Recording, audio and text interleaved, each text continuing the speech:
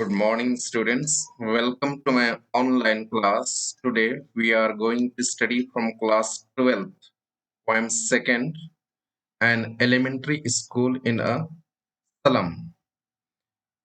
तो इसका जो एक्सप्लानेशन है हम लोग पहले के क्लास में देख चुके हैं और उसका YouTube वीडियो भी है। अगर जो नए व्यूअर्स जो नए छात्र आज जुड़े हुए हैं तो मेरा YouTube चैनल में जाकर के उस एक्सप्लानेशन को पढ़ लेंगे और रिकॉर्डेड है। तो आज हम लोग इसका क्वेश्चन आंसर देखने जा रहे हैं। तो पोएम चैप्टर सेकंड है an elementary school classroom in a slum. तो ये जो क्वेश्चन है ये आपके पाठ्य पुस्तक से ही है और इसको मैं बारीकी से आप लोगों को समझाऊंगा। क्वेश्चन जैसे कि यहाँ दिया हुआ है, have you ever visited or seen an elementary school in a slum, what does it look like. तो कभी कभी जो क्वेश्चन है इस तरह का भी आ सकता है क्वेश्चन आपके एग्जाम में, क्योंकि ये आपके पाठ का है। ये जो पोएम शुरू करने से पहले ये जो हमने देखा था कि पूछा गया था कि क्या आप कभी किसी झुग्गी झोपड़ी वाले प्राथमिक शाला में गए हैं क्या, ऐसा पूछा गया था। तो वही क्वेश्चन है, उसका आंसर मैंने यहाँ बनाया है। आंसर तो यहाँ यस, हाँ मैं गया हूँ। I have visited an elementary school in a slum. तो मैं जो झुग्गी झोपड़ी या जो बस्ती झुग्गी झोपड़ी की जो बस्ती है वहां जो प्राथमिक शाला है वहां मैं जा करके वहां का स्कूल में मैंने गया है, ऐसा है। एलिमेंट्री स्कूल का अर्थ होता है प्रारंभिक शिक्षा, या तो प्राथमिक शाला को एलिमेंट्री कहा जाता है। इन असलम, स्लम का अर्थ होता है झोपड़ी। ये जो स्लम है इसका अर्थ होता है झोपड़ी। The school was in a pitiful state. तो यहाँ बताया गया है कि स्कूल कैसी स्थिति में था। स्कूल जो है वो दयनीय स्थिति में था। पिटीफुल, पिटीफुल का अर्थ होता है दयनीय स्थिति में। तो स्कूल जो है झुग्गी झुपड़ी के बस्ती में जो स्कूल था उसका स्थिति बहुत ही दयनीय था, पिटीफुल। इस डिंजी, ये बहुत ही गंदा था। डिंजी का अर्थ होता है गंदा। एंड निग्लेक्टेड, और इसको कोई देखभाल नहीं किया गया था, बहुत ही गंदा था। निग्लेक्ट, क्लासरूम जो है उसका देखभाल नहीं किया गया था। Were devoid of even basic amenities like fan and lights, और ये वंचित था। डिवॉइड, डिवॉइड का अर्थ होता है वंचित था। Of even basic amenities, amenities का अर्थ है जो बेसिक सुविधाएं होनी चाहिए थी, जो बुनियादी सुविधाएं होनी चाहिए थी, जैसे कि पंखा हो गया, लाइट हो गया। तो वहां का जो क्लासरूम था, कक्षा था, उसमें ये सब की भी व्यवस्था, ये सब की भी सुविधाएं नहीं थी। Every single window was broken. तो वहां का जो कक्षा कमरे का प्रत्येक खिड़की टूटा हुआ था। And bore marks of rust, और उसमें लगा हुआ था। बोर, बोर मतलब लगा हुआ था क्या, जंग लगा हुआ था। रस्ट, रस्ट का अर्थ है खिड़की जो भी था वो टूटा हुआ था, और उन खिड़की में जो लोहा इत्यादि लगा हुआ था, या तो लोहा का खिड़की था, वो टूट के उसमें जंग लगा हुआ था। रस्ट, रस्ट का अर्थ होता है जंग लगना। How the students in the classroom dealt with the outside noise और the winters was anybody's guess. तो यहाँ पूछा जा रहा है कि कैसे जो है वहां के विद्यार्थी कक्षा कमरे में मतलब बैठते रहे होंगे, क्योंकि बाहर से बहुत शोरगुल की आवाज सुनाई देता था। और द विंटर्स, और विशेष करके ठंड के महीने में, विंटर्स मतलब शरद के मौसम में कैसे उन लोग बैठते रहे होंगे, खिड़की टूटा हुआ है और उनको ठंडा भी लगता होगा। तो ये सभी जो है सभी का, एनी बॉडीज मतलब सभी, ऐसा मतलब कल्पना करते थे। गेस मतलब सभी सोचते थे कि वहां के जो बच्चे हैं, बाहर से इतना शोरगुल होता है, खिड़की टूटी हुई है और ठंड के दिनों में भी कैसे बैठते होंगे, ऐसा सभी लोग सोचा करते थे। The ceiling too were full of cobwebs. तो वहां का जो कक्षा कमरा था उसमें का जो छज्जा था, सीलिंग, सीलिंग का अर्थ है जो कि जो कमरा है ढलाई किया हुआ है, और जहां ऊपर छत के नीचे निचला हिस्सा, अंदर से छत का निचला हिस्सा, उसको कहा जाता है ceiling. Too were full of cobwebs, वो भी मकड़ी के जालों से भरा हुआ था। कॉबवेब्स का अर्थ होता है मकड़ी के जाल। तो मकड़ी के जालों से वो कक्षा कमरा भरा हुआ था। The furniture was broken and almost unusable. वहां की जो कुर्सी और टेबल इत्यादि थे सभी टूटे हुए थे और जिसको मतलब प्रयोग नहीं किया जा सकता था। अनयूजेबल जिसका प्रयोग नहीं किया जा सकता था। The walls of the classrooms were as shabby, malnourished and disinterested as the students sitting in their closets. The walls of the classroom, जो कक्षा कमरे का जो दीवार था, were shabby। shabby का अर्थ है बहुत ही जर्जर था। कक्षा कमरा का जो दीवार था वो बहुत ही जर्जर था। shabby का अर्थ होता है जर्जर होना। और malnourished का अर्थ है बहुत ही दयनीय स्थिति में था दीवार। And disinterested as the students sitting in their enclosure, और बच्चे भी बिना रुचि के, उनमें कोई रुचि नहीं था, कोई उत्साह नहीं था, वो भी दीवार से जो मतलब घिरा हुआ था उसके अंदर उन लोग बैठे हुए थे। सिटिंग मतलब बैठे हुए थे। इन देयर एनक्लोजर, एनक्लोजर का अर्थ होता है उन लोग बैठे हुए थे। कहाँ पर बैठे हुए थे? दीवार के जो उनका कक्षा कमरा था उनके अंदर ही बैठे हुए थे। Even the teachers seem to have lost their concern। यहाँ तक कि जो टीचर थे, जो शिक्षक थे वहां, ऐसा लगता था कि उन्होंने भी जो स्कूल के लिए उनके ओर से भी कुछ करना चाहिए था, उन्होंने भी अपना जो ख्याल है उसको खो चुके थे। देयर कंसर्न, कंसर्न मतलब अब चिंता नहीं था उनको बच्चों का भी, बच्चों के लिए भी। बोथ फॉर द स्टूडेंट्स मतलब बच्चों के लिए भी चिंता नहीं था टीचरों का, एंड देयर एजुकेशन और अपने शिक्षा, उनके शिक्षा को लेकर के भी उनमें कोई चिंता नहीं थी। मोरेवर, और इससे भी अधिक, आई वाज शॉक्ड, मुझको तो और भी मतलब शॉक, धक्का लगा, टू नो यह जान करके, that the usage of toilets, कि वहां जो टॉयलेट्स बना हुआ था उसका प्रयोग केवल स्टाफ, स्कूल स्टाफ के लिए हो क्या था, मतलब बना हुआ था। उसको दूसरे बच्चे लोग प्रयोग नहीं कर सकते थे। जो टॉयलेट बना हुआ था केवल स्कूल के स्टाफ वालों के लिए बना था, दूसरे बच्चे उसको प्रयोग नहीं कर सकते थे। तो ये है क्वेश्चन का आंसर। फिर आगे हम लोग देखते हैं ये जो आपका ये ऑब्जेक्टिव टाइप क्वेश्चन ये परीक्षा में आ सकता है, जो कि हमने जो पोएम पढ़ा है उसी से संबंधित है। Question, pick the item which best answers the following. तो उस उत्तर का आप सही निशान लगाइए जो कि सबसे उपयुक्त उत्तर मिलता है। First A number, tall girl with her head weighed down means।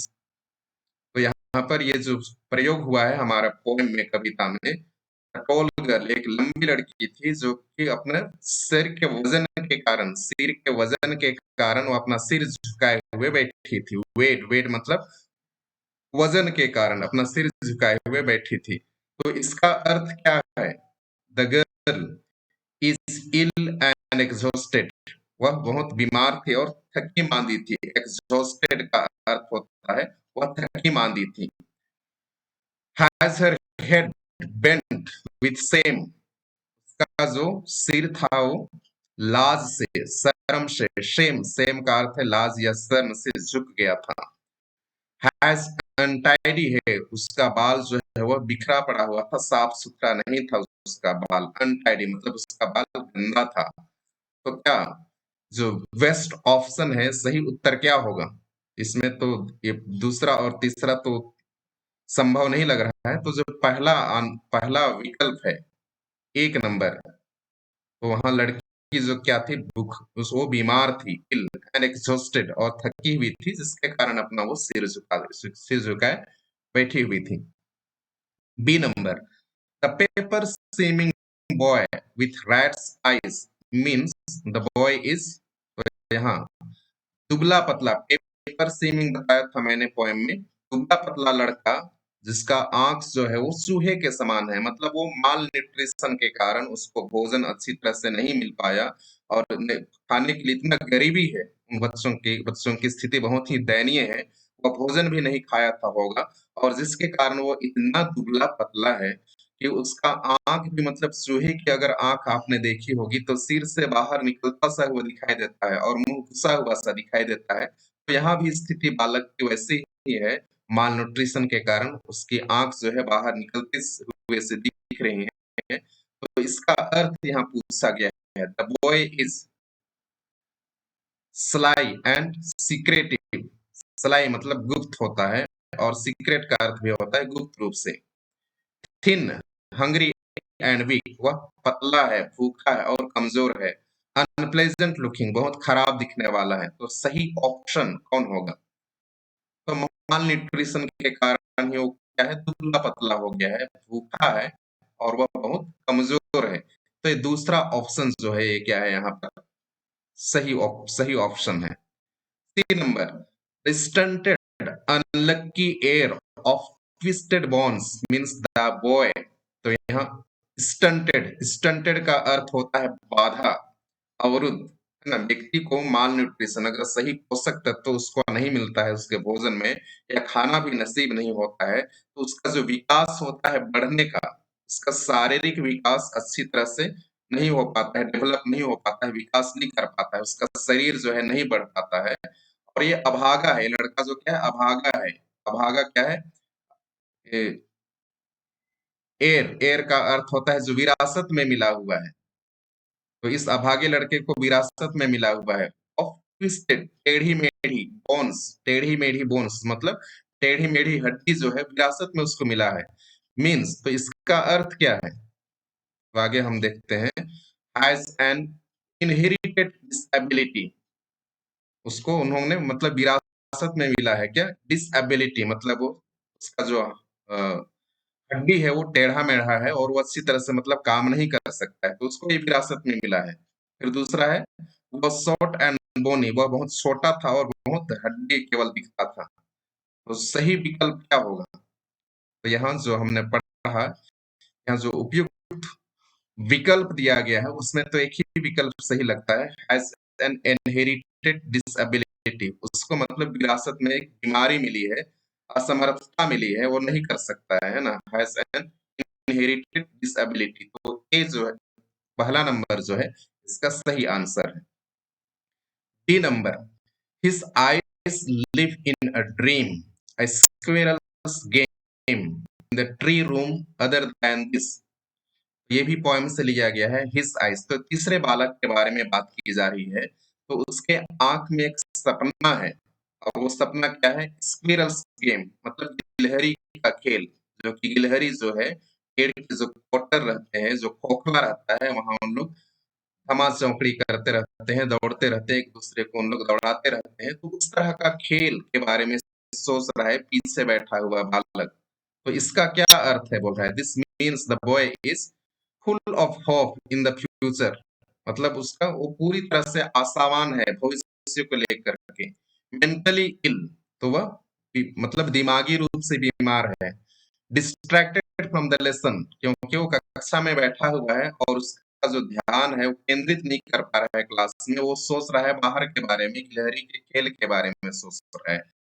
तो इसमें जो सही विकल्प होगा वो तीसरा होगा, क्योंकि वो क्लास में जो है पढ़ाई चल रहा है लेकिन वो क्लास में अपना ध्यान केंद्रित नहीं कर पा रहा है, वो बाहर गिलहरी के खेल के बारे में सोच रहा है। तो तीसरा विकल्प जो है सही विकल्प है। A number, the children's faces are compared to rootless weeds, this means, तो यहाँ पर चिल्ड्रन बच्चों का जो चेहरा है वो कंपेयर्ड तुलना किया गया है रूटलेस वीड्स, जड़ रहित, हाँ जंगली घासों से। रूटलेस मतलब बिना जड़ वाले जंगली घासों से, क्योंकि जंगली घासों को हम लोग उखाड़ करके उनको फेंक देते हैं तो उन लोग पीला पड़ जाते हैं, मुरझा जाते हैं। तो उसी के उनसे ही तुलना किया गया बच्चों के चेहरे का। तो दिस मीन्स क्या अर्थ है? इसका अर्थ क्या है? आर इनसिक्योर, वे सुरक्षित नहीं है। आर इल फेड, उनको अच्छी तरह से खाना नहीं खिलाया जाता है। आर वेस्टर्स, आर वेस्टर्स मतलब उन लोग बर्बाद हो गए हैं, सत्यानाश हो गए हैं, वेस्टर्स। तो यहाँ पर चेहरा जो है तुलना किया गया है क्यों उनके रूटलेस वीड्स। तो रूटलेस वीड्स जो है क्या है? जब उसका सत्यानाश हो जाता है, जब हम उखाड़ के फेंक देते हैं, वो बर्बाद हो जाता है, नष्ट हो जाता है। तो यहाँ हार्वेस्टर्स, तो मतलब उन लोग बर्बाद हो चुके हैं, बच्चे भी क्या हो गए? बर्बाद हो गए हैं, हार्वेस्टर्स। तो थर्ड ऑप्शन जो है सही विकल्प है। तो मैंने तो अर्थ यहाँ बता दिया था इसका उत्तर, फिर भी यहाँ पर मैं और एक बार लिख दिया हूँ आंसर्स। पहला का दूसरा number is ill and exhausted, B का भी दूसरा number in hungry and weak, C का भी has an inherited disability, D का भी डिस्ट्रैक्टेड फ्रॉम द लेसन, और ई भी आर वेस्टर्स। तो इसको और एक बार आप देख लीजिएगा, मैं इसका एक्सप्लेनेशन कर दिया हूं। अब अगला क्वेश्चन की ओर आते हैं। Questions, what do you think is the colour of sour cream? Why do you think the poet has used this expression to describe the classroom walls? तो यहाँ यही प्रश्न पूछा जा रहा है कि आप क्या सोचते हो, what do you think the colour of sour cream? Sawar cream मतलब खट्टा, खट्टा क्रीम का, सावर का अर्थ होता है खट्टा, इसका अर्थ होता है खट्टा। तो खट्टा क्रीम का कलर या तो उसका रंग कैसा होता है, खट्टा क्रीम का रंग कैसा होता है, मटमैला होता है, कैसा होता है? तो उसको यहाँ बताया गया है कैसा होता है खट्टा कलर का, ये क्रीम का कलर कैसा होता है, खट्टा क्रीम का। Why do you think, आप क्यों ऐसा सोचते हो? The poet has used, कि कवि ने इस एक्सप्रेशन को यहाँ प्रयोग किया है, दिस एक्सप्रेशन टू डिस्क्राइब, वर्णन करने के लिए, कक्षा का जो दीवाल है, क्लासरूम का जो दीवाल है, उसका वर्णन करने के लिए कवि ने सावर क्रीम का प्रयोग क्यों किया है? क्यों आप ऐसा सोचते हो? तो आंसर है, द सावर क्रीम में indicate a dirty yellowish colour. पे जो सावर क्रीम या तो जो खट्टा खट्टा क्रीम होता है वो खराब हो जाता है, और जिसके कारण उसका जो कलर है वो क्या हो जाता है, पीलापन हो जाता है उसमें। में इंडिकेट में मतलब ये दिखाता है, अडर की मतलब गंदा, येलोइश कलर गंदा, और पीले रंग के पीला रंग को दर्शाता है ना। सावर क्रीम क्या को दर्शाता है, गंदा और पीले रंग को दर्शाता है। क्योंकि वो जो क्लासरूम था, जब से वो स्कूल बना होगा उसका उसके ऊपर चूना से पोताया नहीं किया होगा, और धीरे धीरे वो जीर्ण शीर्ण मतलब जर्जर हो गया, और उसमें का जो पोताई था वो क्या हो गया था, पीले रंग का हो गया था। तो उसी का वर्णन करने के लिए कवि ने इसका प्रयोग किया है। The poet uses the expression, तो इस एक्सप्रेशन का प्रयोग कवि, इस एक्सप्रेशन का सावर वॉल्स का एक्सप्रेशन कवि इसलिए करते हैं टू रिप्रेजेंट, प्रदर्शित करने के लिए, the colour as well as the foul smell emitted by these walls. तो उसको दिखाने के लिए, कक्षा का जो कमरा है उसको ही दिखाने के लिए ये सावर वॉल्स का प्रयोग कवि यहाँ पर प्रयोग करते हैं, को दिखाने के लिए। साथ ही साथ द फॉल, फॉल मतलब जो मतलब गंदा, खराब, खराब जो स्मेल आता है, बदबू, खराब बदबू आता है, इमिटेड बाय दीज वॉल्स, जो कि इन दीवारों से निकलता है। इमिटेड मतलब निकलना, जो ये दीवार से निकलता है, क्या निकलता है, खराब बदबू, फॉल, फॉल स्मेल मतलब खराब, खराब स्मेल निकलता है, तो खराब ये बदबू निकलता है, उसको बताने के लिए सावर वॉल्स का प्रयोग किया गया है। आगे देखते हैं। Question, the walls of the classroom are decorated with the pictures. तो जो कक्षा कमरे का जो दीवाल है, कक्षा कमरे का जो दीवाल है उसको क्या मतलब सजाया गया है, डेकोरेटेड, डेकोरेटेड का अर्थ उसको सजाया गया है।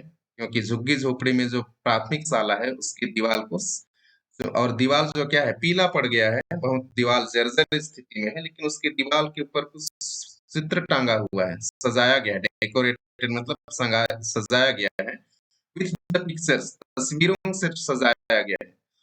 ऑफ शेक्सपियर, तो उसमें क्या क्या का तस्वीर लगा हुआ है, शेक्सपियर का तस्वीर लगा हुआ है, जो कि शेक्सपियर जो कि अंग्रेजी साहित्य में सबसे बड़े मतलब पितामह कहे जाते हैं, और उन्होंने बहुत सारा जो स्टोरी लिखे हैं, कविता लिखे हैं लव के ऊपर, प्यार के ऊपर। तो इसका भी फोटो टंगा हुआ है कहाँ पर, दीवार में। बिल्डिंग्स विथ डोम्स, बड़े बड़े भवन जिसका कि क्या है, डोम है ना, गुंबद वाला भवन का चित्र वहां पर टंगा हुआ है। वर्ल्ड मैप्स, संसार का नक्शा का चित्र भी वहां टंगा हुआ है।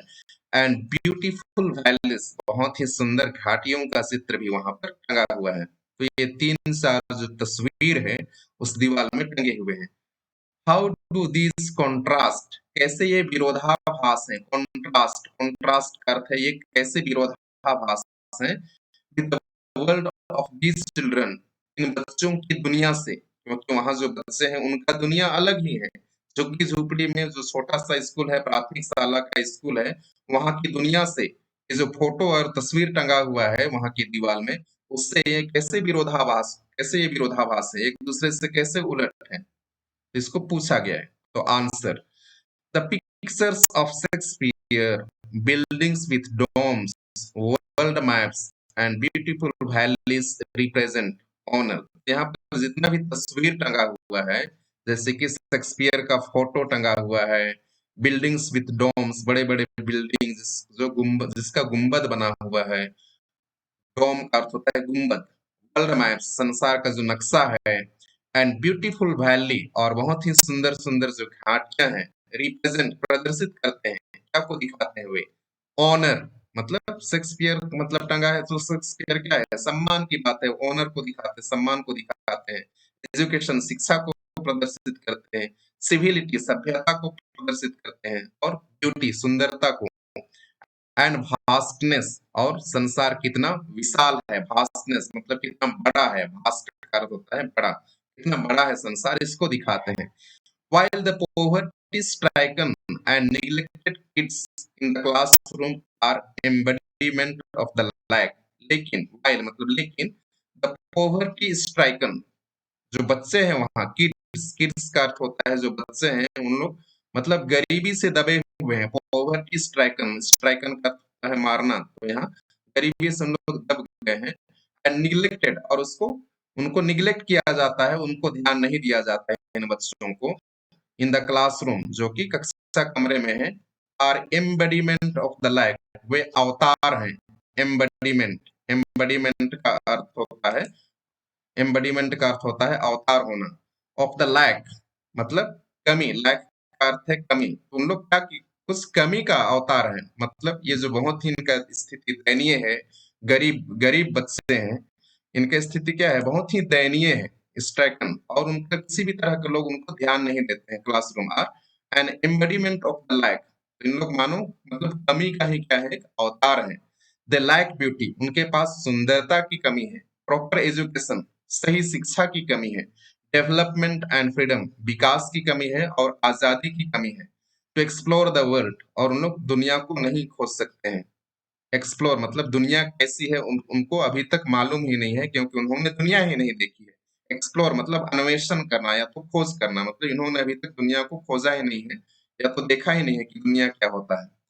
Even their future does not hold any promise, यहाँ तक कि उनका भविष्य भी, इवन देयर फ्यूचर मतलब उनका भविष्य भी उनके लिए किसी तरह का वादा नहीं करती है कि उन लोग पढ़ लिख करके मतलब कुछ अपना किस तरह से अपना जीवन यापन कर पाएंगे, इस तरह का किसी भी तरह का उनको वादा, उनका भविष्य भी वादा नहीं करती है।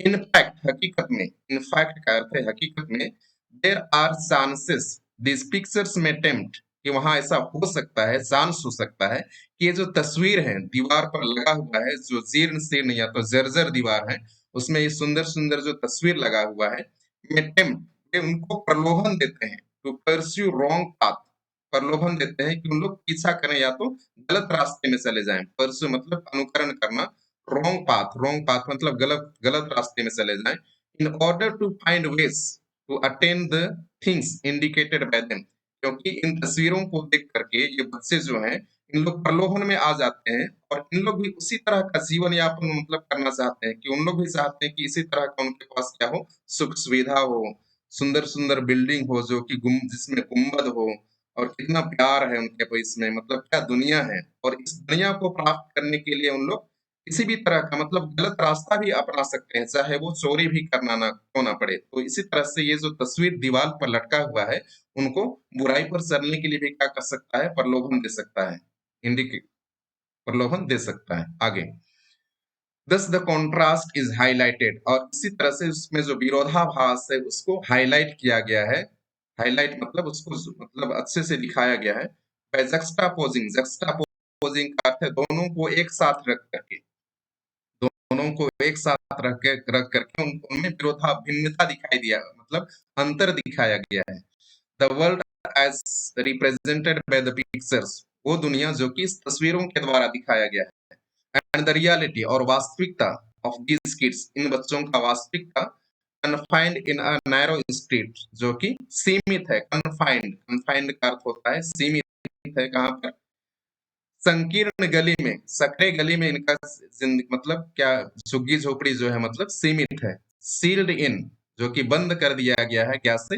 विथ अ लेड स्काई, एक धूसर रंग की आकाश से। लेड का अर्थ होता है धूसर रंग का होता है, मतलब इनका जो भविष्य है वो क्या हुआ है, मतलब बंद कर दिया गया है। उनका जो, उन लोग खुले रूप से मतलब आकाश की तरफ भी नहीं देख पाते हैं, और अपना भविष्य को लेकर के भी उन लोग मतलब क्या, उनका पूरा भविष्य ही क्या कर दिया गया है, सील्ड इन मतलब बंद कर दिया गया है। बोथ मेड प्रेजेंट, और दोनों दोनों उपस्थित हैं इन द सेम क्लासरूम, एक ही कक्षा रूम, एक ही कक्षा कमरे में दोनों उपस्थित हैं। एक तो उन लोग, क्योंकि वे जो दुनिया दिखाया गया है उस दुनिया तक उन लोग नहीं पहुंच सकते हैं, क्योंकि इनका जो पतली गली है, सकरी गली है, वो बंद कर दिया गया है और वहां से लोग नहीं निकल पा रहे हैं। अगला question, what does the poet want for the children of the slums? तो कवि जो है इन बच्चों के लिए, इन बच्चों के लिए झुग्गी झोपड़ी में बस्ती में रहते हैं, उन बच्चों के लिए वो क्या क्या चाहता है कवि? How can their lives be made to sense? कैसे उनकी जिंदगी को, कैसे उनकी जिंदगी को बदला जा सकता है? तो कवि ये पूछ रहे हैं उन झुग्गी झोपड़ी वाले बच्चों के लिए, जो कि प्राथमिक पाठशाला में वहां पढ़ाई करते हैं। तो उनके लिए कवि क्या चाहता है, और उनके जीवन को कैसे बदला जा सकता है, कैसे बदल सकते हैं उनके जीवन को? तो हम आगे देखते हैं answers. He wants the children of the slums to venture into the outside world. तो कवि जो क्या चाहता है, कवि कवि चाहता है कि ये जो बच्चे हैं, झुग्गी झोपड़ी के जो बच्चे हैं, वे वेंचर, वेंचर का अर्थ है कुछ कदम उठाना, जो कि क्या हो, बहुत ही कठिन हो, या तो जिसमें साहस की जरूरत हो। तो इस तरह का उन लोग कदम उठाएं, बच्चों को चाहता है कि वहां के जो झुग्गी झोपड़ी के बच्चे हैं, उस तरह से वहां से उन लोग बाहर निकलने का मतलब साहस करें, इनटू द आउटसाइड वर्ल्ड, बाहर की दुनिया में निकलने का प्रयास करें, beyond the boundaries of their slums, जो कि उनका जो बाउंड्री है, उनका जो घेरा है, अपना स्लम का, झुग्गी झोपड़ी का जो घेरा है, उससे बाहर वे निकले। एन एक्सपीरियंस, और अनुभव करें, अ बेटर प्रेजेंट, एक अच्छा वर्तमान का, एंड फ्यूचर लाइफ, और उनका भविष्य के जीवन का, कि उनके भविष्य के जीवन के बारे में उन लोग उस एहसास करें कि उन लोग का जीवन भविष्य में किस तरह का होने वाला है।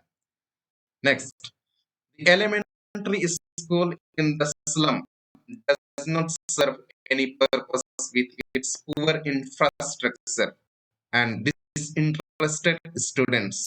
तो जो प्रारंभिक पाठशाला है, या तो प्राथमिक पाठशाला है जो झुग्गी झोपड़ी में है, इनका जो उद्देश्य है वो किसी भी तरह का उसको पूरा नहीं करता है।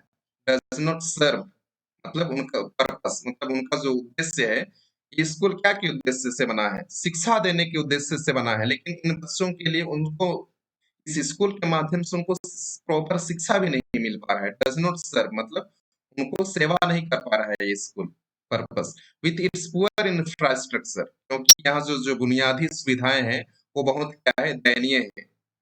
पुअर इंफ्रास्ट्रक्चर मतलब बुनियादी जो सुविधाएं, बुनियादी सुविधाओं को बोला जाता है इंफ्रास्ट्रक्चर। एंड डिसइंटरेस्टेड स्टूडेंट्स, और जो कि बुनियादी सुविधाएं ही बहुत दयनीय है, जर्जर है, और बच्चे भी वहां पर मतलब कोई रुचि से पढ़ाई नहीं करते हैं। डिसइंटरेस्टेड मतलब कोई रुचि नहीं रखते हैं। द पोएट फील्स, और इसीलिए कवि एहसास करता है, अनुभव करता है, that the governor, inspector and visitors should take initiative, और इसलिए कवि चाहता है कि जो शासक है ना, गवर्नर मतलब जो सरकार है, इंस्पेक्टर जो निरीक्षक हैं, एंड विजिटर्स, और जो कि आगंतुक हैं, या तो कोई भी व्यक्ति जो कि उनकी मदद करने के लिए आगे बढ़ना चाहता है, या तो कोई सामाजिक कार्यकर्ता, उनको भी हम क्या बोल सकते हैं, विजिटर्स, शुड टेक इनिशिएटिव मतलब उनकी ओर से पहल करना चाहिए। इनिशिएटिव का अर्थ होता है पहल करना चाहिए, to bring about a real change, ताकि उन लोग जो है उनमें हकीकत में कुछ बदलाव ला सके। रियल चेंज मतलब वास्तविक बदलाव ला सके इन देयर सिचुएशन, उनकी परिस्थिति में। To ensure a better way of living, तो उन लोग ये सुनिश्चित करें कि उनका मतलब जिंदगी क्या हो, खुशहाल में जिंदगी हो, बेटर वे ऑफ लिविंग, मतलब अच्छे जीवन यापन की उनको मतलब गारंटी दे फॉर देम, उनके लिए। They need to be given proper education, उनको सही शिक्षा दिया जाना चाहिए, एंड फ्रीडम, और सही आजादी दिया जाना चाहिए, फ्रॉम देयर प्रेजेंट कन्फाइंस, क्योंकि जिस परिस्थिति में अभी हैं, जिस सराउंडिंग्स में है ना, जो घेरा के अंदर है, उन लोग झुग्गी झोपड़ी में है, वहां उनको प्रॉपर मतलब अच्छी अच्छी शिक्षा दी जानी चाहिए, उनको आजादी दिया जाना चाहिए, और जिस परिस्थिति में है उनसे उनको बाहर निकालना चाहिए। दे नीड अपॉर्चुनिटी, उनको भी अवसर की आवश्यकता है। नीड मतलब जरूरत है क्या की अपॉर्चुनिटी को, बहुत लोगों को अवसर नहीं मिल पाता है, और जिसके कारण में जो गांव में है उन लोग भी बहुत अधिक क्या होते हैं, टैलेंटेड होते हैं, उनमें गुण होता है, योग्यता होता है, क्षमता होता है, लेकिन अवसर की कमी के कारण उन लोग मतलब उनका जो योग्यता है, क्षमता है, उसकी कोई कदर नहीं होती है, और उन लोग पिछड़े ही रह जाते हैं। तो यही बात कही जा रही है कि उनको भी दे नीड अपॉर्चुनिटी, मतलब उनको भी अवसर दिया जाना चाहिए। एनकरेजमेंट, उनको हमेशा प्रोत्साहित करना चाहिए कि अच्छा कर रहे हो, अच्छी बात है, और इस तरह से वे और अधिक प्रोत्साहित होकर अच्छा काम करेंगे। एंड ऑप्टिमिज्म, और हमेशा आशावादी होना चाहिए, मैं कर सकता हूँ, मैं कर लूंगा, मैं हमेशा मतलब 100% मतलब नंबर ले आऊंगा, उस तरह का मतलब आशावादी होना चाहिए। To be able to live life, ताकि वे जिंदगी को अच्छी तरह से जी सकें, विथ पर्पस एंड जेस्ट, एक उद्देश्य से और उत्साह से। जेस्ट, जेस्ट का अर्थ होता है उत्साह से वे क्या कर सके, जिंदगी को जी सके। पर्पस का अर्थ होता है उद्देश्य, पर्पस का अर्थ होता है उद्देश्य से जी सके। तो इस तरह से ये जो हमारा क्वेश्चन आंसर था पोएम का, बहुत कम था, और यहाँ पर हमारा ये क्वेश्चन आंसर समाप्त होता है। अगर आपको मेरा पढ़ाना कैसे लगा, आप जरूर कमेंट कीजिए, ताकि आपका कमेंट से ही मैं और अधिक मतलब आपके लिए मतलब अच्छा कर सकूं। अगर आप सब्सक्राइब करना नहीं भी चाहते हैं मेरा चैनल को, तो भी मतलब मेरा पढ़ाना कैसा लगा, कम से कम ये कमेंट कीजिए। अगर अच्छा लगता है तो उसमें लाइक कीजिए, शेयर कीजिए, और अगर आपको अच्छा लगता है तो आप सब्सक्राइब भी कर सकते हैं। तो यहाँ पर हम अपना ये जो क्लास उसको खत्म करते हैं।